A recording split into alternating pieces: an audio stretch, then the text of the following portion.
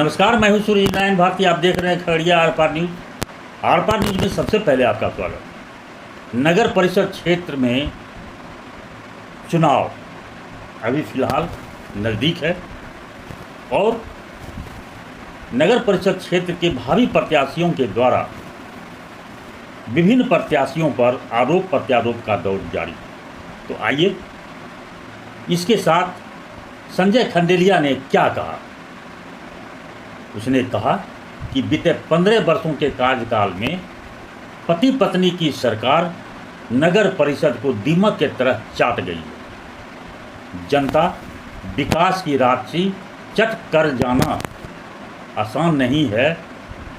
इस नगर परिषद चुनाव में पति पत्नी के सरकार को जनता निश्चित रूप से सबक सिखाएगी। इतना ही नहीं, उन्होंने कहा कि नगर परिषद क्षेत्र में नल जल योजना, निर्माण योजना यह उनका नैतिक अधिकार ही नहीं बनता है, बल्कि उनके कार्य में अधीनस्थ है कि इन सभी मुद्दों पर आप निश्चित रूप से कार्य करें, लेकिन गुणवत्तापूर्ण काम करें। और यदि गुणवत्तापूर्ण काम नहीं होती है तो वैसे संवेदक, वैसे अधिकारी, वैसे पदाधिकारी पर निश्चित रूप से कार्रवाई होगी।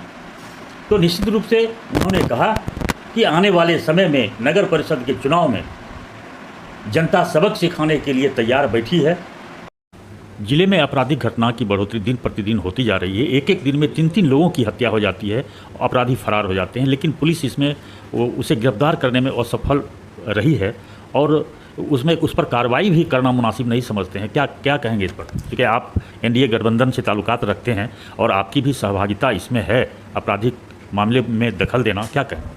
देखिए, सबसे पहले तो बहुत स्पष्ट है कि ये सुशासन की सरकार है और इस एनडीए की सरकार में अपराध और अपराधियों की खैर नहीं रहने वाली। ये तय है कि हम लोग व्यक्तिगत रूप से और व्यक्तिगत तौर पे इस बात को समझते हैं कि घटनाएं तो घटती है, लेकिन उसका उन्मूलन, अपराधियों की गिरफ्तारी और उनके ऊपर कड़ी से कड़ी कार्रवाई लगातार हम लोग कई घटनाओं में देख रहे हैं कि ऐसा सुनिश्चित होता रहा है।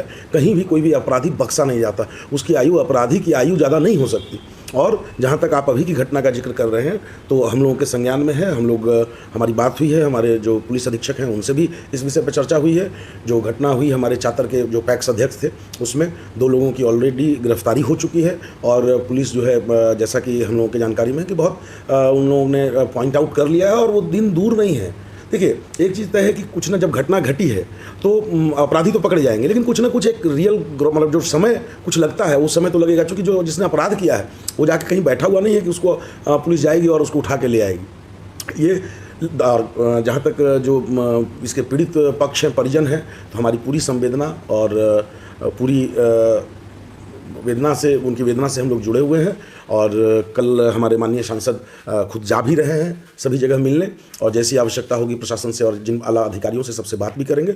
लेकिन ये तय है कि अपराधी कोई भी हो, कैसा भी हो, सुशासन की सरकार में बख्शा नहीं जाएगा। एक सवाल और है कि खगड़िया के NH 31 बलवाही से लेकर बखरी बस स्टैंड के बीच शराब माफियाओं का बोलबाला है, स्मैकरों का बोलबाला है और राह चलते लोगों को शराब माफियाओं के द्वारा, शराब पियक्करों के द्वारा और स्मैकरों के द्वारा राह चलते छीना झपटी की जाती है। इस पर पुलिस जरा सा भी इस पर ध्यान नहीं देती है, क्या कहें? देखिए, इसके 2 पहलू हैं। ये मेरा व्यक्तिगत मानना है। ये जो आपने प्रश्न किया है बहुत यक्ष प्रश्न है और बहुत संवेदनशील प्रश्न है खगड़िया, एटलीस्ट नगर और नगर अगल बगल के क्षेत्रों के लिए। ये एकदम तय है कि स्मैक के बढ़ते सेवन से हमारी जो नई पीढ़ी है, वो नई पीढ़ी अपने किशोरावस्था में प्रवेश करने के पहले नाकारा हो जा रही है।